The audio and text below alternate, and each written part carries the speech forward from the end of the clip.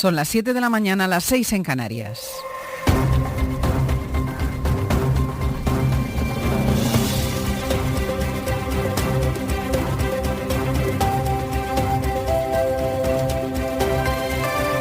En la cadena SER,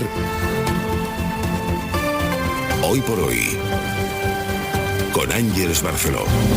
Hola, muy buenos días. Este miércoles 27 de mayo vamos a comprobar cómo la oposición utiliza contra el Gobierno el informe de la Guardia Civil sobre la autorización de las manifestaciones del 8M. Si lo hace, estará utilizando políticamente un informe que contiene bulos, que contiene datos erróneos, que pertenece a una investigación judicial. Pero vamos a comprobar también cómo la oposición sigue utilizando la dimisión del número 2 de la Guardia Civil, molesto por la destitución del jefe de ese cuerpo en Madrid, de Pérez de los Cobos, y veremos cómo la oposición utiliza la explicación que da el ministro Marlaska de ese cese, que dice que nada tiene que ver con el informe del 8M. Es que la sustitución, cese del coronel Pérez de los Cobos es única y exclusivamente debida a esa política, vuelvo a decir, de política razonable, normal, de reconstitución de nuevos equipos, dentro de lo que son el ámbito de máxima confianza que todo dirigente político plantea al hacerse cargo de un puesto concreto. Y todavía más, la oposición probablemente va a utilizar que Marlaska en este contexto haya aprobado el último paso de la equiparación salarial de policías nacionales y guardias civiles,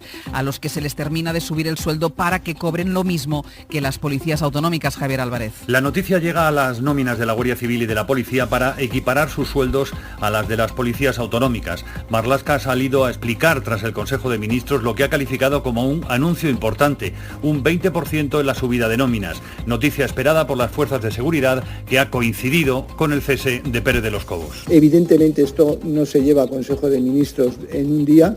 Esto necesita el proceso con los ministerios de Política Territorial, de Hacienda, etcétera, para materializarlo. Un proceso para la modernización de las policías del Estado valorado en más de 800 millones de euros. Íñiguez, buenos días. Buenos días, Ángeles. El origen de todo, lo recuerdo, es ese informe impreciso, con medias verdades, que pertenece a una investigación judicial.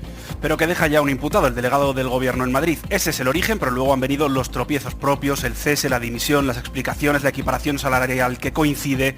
Y sí, hoy comprobaremos cómo todo eso lo va a utilizar la oposición, porque hay sesión de control en el Congreso y los partidos se apresuraron anoche a cambiar sus preguntas previstas para convertirlo casi en un monográfico sobre este tema. Javier Torres, cuéntanos. Marlaska va a convertirse en el protagonista de la sesión de control.